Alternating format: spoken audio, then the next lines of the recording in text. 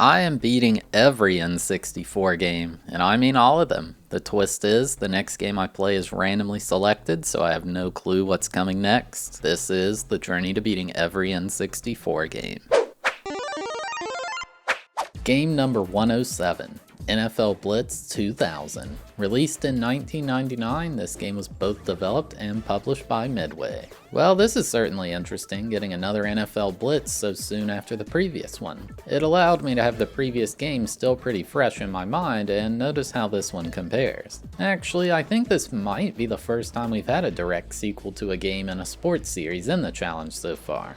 There's quite a few sports series on this console, and this is certainly in the running for the best one.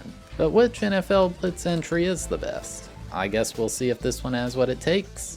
Let's get into it. When I first turned it on, it was talking about all the new features like 4-player, create-a-play, on fire, improved gameplay, more plays, more stadiums, updated rosters, and the trivia game. Hey, wait a second, was the original NFL Blitz not 4-player? I swear I remember doing that. The main single-player mode in this is the season, so that's what we'll be doing to beat this game. It was time for the most important decision. Which team do I play as? It shows the team's quarterbacks, and man, all of them have insane tans. Even Brett Favre. This time around, I decided to play as the Vikings. They've got Randall Cunningham, Randy Moss, and Chris Carter. What a legendary combo. My first game was against the Atlanta Falcons. Like the last game, you can enter symbols on the waiting screen to unlock cheat codes. Never knew what any of these were, so I'd always just spam buttons. I got the ball first, so naturally I looked for the best play of all time, the bomb. It was there, so I tried it. Aw yeah man, it still works beautifully. If you know the NFL Blitz games, you know they are all about brutal hits on each other. Well, the devs stepped it up a notch with this one. As you can see, I get my helmet knocked off here. People love this stuff, man. They should make a modern, super unrealistic football game. I think it would do well. The Vikings drive continued as Cunningham threw it over the middle to Robert Smith on 3rd down, and that just isn't going to be enough. Now, watching this, I am angry with myself, as I decided to kick a field goal on 4th down. That is just pure weenie behavior, man. It's like I don't even know myself. Always go for it on 4th down. Now the Falcons with their first drive of the game, and Chris Chandler throwing the screen pass to Jamal Anderson for a nice 18-yard gain. Then on the very next play, Chandler throws a bullet to Chris Callaway, who just completely breaks free for a 1st down. The carnage continued with Chandler throwing it over the middle to Terrence Mathis and had a pass to Callaway for a touchdown. The Falcons are up 7-3. On the next drive, the Vikings just couldn't get anything going. They went for it on 4th down, but the pass was broken up, and the Falcons defender just punched Chris Carter in the face. Where's the unsportsmanlike conduct flag, ref? Now the Vikings had held the Falcons to 3 and out, so Morton Anderson comes out for a 63-yard field goal. He somehow gets the distance, but it's off the uprights. No good. Now it was the Vikings' turn to answer, and Randall Cunningham throws it deep downfield to Chris Carter, who somehow holds onto the ball. He got absolutely leveled, but winning is more important than his safety. A few plays later, about 15 yards out, Randall Cunningham scrambles to the right side and is thrown into the end zone by the Falcons secondary. When you score, you get the option to go for 2 points or take a free point. I will stress once again that you should never go for the free point. It's just bad sportsmanship, honestly. Like, who does that? Well, maybe I should have, because the Vikings were stopped and were now up 9-7 in the 2nd quarter. Now the Falcons were trying to answer, but Randall McDaniel, the linebacker, with a beautiful hit on the receiver, knocking the ball loose and taking the interception. One of the best plays I've ever seen. Oh yeah, if you're from outside the United States and you have no idea what's going on, just know the rules don't really make sense in this sport. But most of those rules don't apply in this game anyway, because they intentionally didn't implement most of them.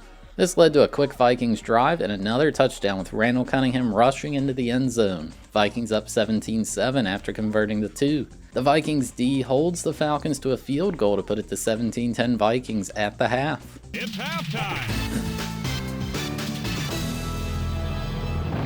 Now it's the start of the 3rd quarter. Chris Chandler's pass is on the money, but the receiver is clearly hit early. How is that not pass interference? Oh right, this is Blitz. There are no rules. The Falcons are held to a field goal once again, putting the score 17-13 Vikings. This kicker is the MVP in my eyes. Now it's 2nd and 30 for the Vikings, and Randall Cunningham is sacked for a huge loss. This brings me to a point about a difference in this game and the original Blitz. Rubber banding. The original had rubber banding for sure, but it feels like it was cranked up a notch in this one. When you have the lead and run a passing play, it's as if your offensive line doesn't exist. So often the other team will have every single one of their defensive linemen. They'll just instantly get past your line. It gets pretty frustrating.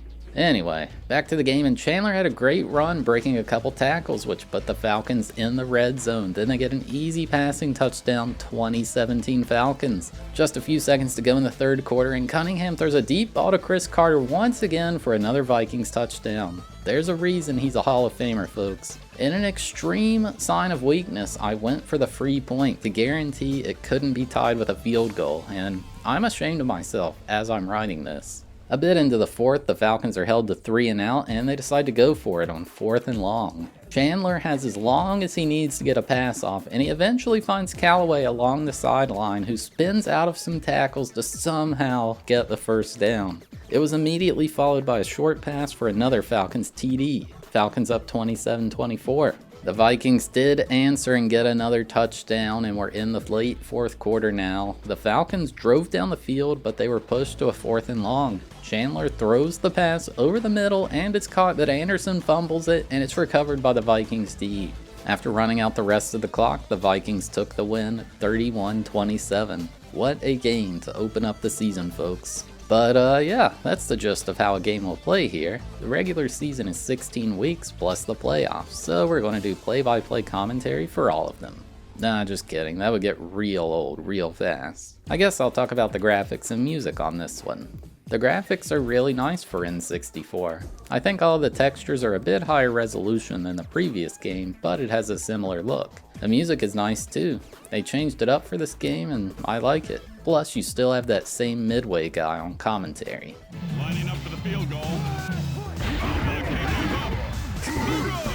One thing that's new to this game is the ability to become on fire. If you sack the quarterback twice in a row, or if you complete a pass to the same receiver 3 times in a row, you'll be on fire. Basically, it makes your players faster and stronger. You're more likely to break tackles or make the other team fumble. You know, things like that. With how bad the rubber banding felt sometimes in this game, I usually wanted to be losing until the very last second. So if they were driving down the field with low time, I'd just let them score. If I was losing, I found it extremely easy to score, way easier than it was to stop them from scoring when they were losing. Plus, you have nonsense like this happen sometimes.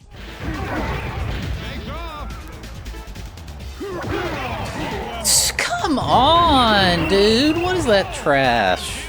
However, sometimes things turn out a bit better.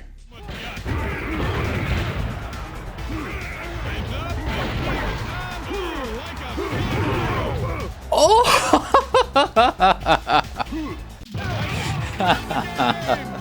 Yeah, we would have lost if he went 1 yard further. Also, the game has a bunch of weather effects, like rain, fog, or snow. When there's snow on the field, I hope you enjoy going blind. But yeah, I played through an entire season and had to win the Super Bowl.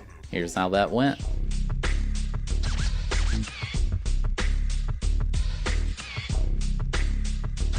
NFL Blitz. The Vikings win the game. Finn. After finishing the regular season, we were congratulated on making the playoffs. Even better, I did well enough to win my division, which meant I had a bye in the first week. Heck yeah. My first playoffs game was against the Tampa Bay Buccaneers, who we'd played a few times during the regular season. They had Trent Dilfer at quarterback along with legends Mike Allstott and Warren Sapp. I barely won this one 18-17 after their kicker narrowly missed a field goal with just 4 seconds to go. Now it was the conference finals and we were up against the Atlanta Falcons. Hey, wait a second, this looks familiar. Well, guess we played all the good teams during the regular season. I absolutely crushed them 36-23, mainly due to being on fire a lot of the game. Well, some people are sure going to be happy hearing this because it's never happening outside of this video. The other team in the Super Bowl with us was none other than the Cleveland Browns. Unfortunately, Browns fans, they can't even win in this video game. Too bad. After winning, it showed an image of a cheerleader with some fireworks, and we were congratulated on winning the Super Bowl. It said we needed to achieve a rating of 90 or greater to be considered one of the best players of all time, though.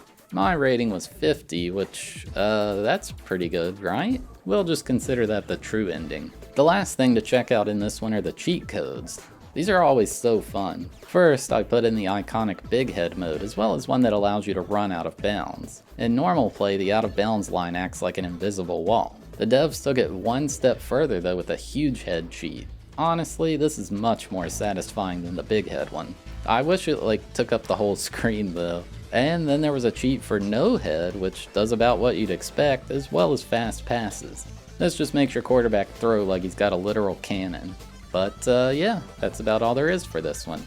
Game complete. So yeah, there you have it, my journey to beating NFL Blitz 2000. This one was pretty fun, as expected. It plays very similar to the previous entry, and I think you can't go wrong choosing either one. I'd say this is the better game, what with the on fire mechanic added, plus it just has a bit better graphics and the gameplay is a bit more smooth. The rubber banding was a bit more strict in this one I felt though, which is kinda frustrating to deal with. I'd say the game's definitely best played in multiplayer, but I think the single player experience is decent as well. If you're looking for some nostalgia, I'd say give this one a shot. I gave it a 7.5 out of 10 for enjoyability and a 3 out of 10 for difficulty. Hey, thanks for watching the video. Have a sneak peek at the next game. 283 games on the list. Could be lots of things. 3, 2, 1, go. 118? What's that? Oh, okay. Well, we are playing the next Jikyo game, which is a Japanese exclusive baseball game. We are apparently playing Jikyo Pro Yaku 5. But yeah, if you made it all the way to the end, thank you so much for watching. I really appreciate it. If you enjoyed the video, consider giving it a like. It helps the channel a lot. And if you like this series, make sure to subscribe so you don't miss out on the next one.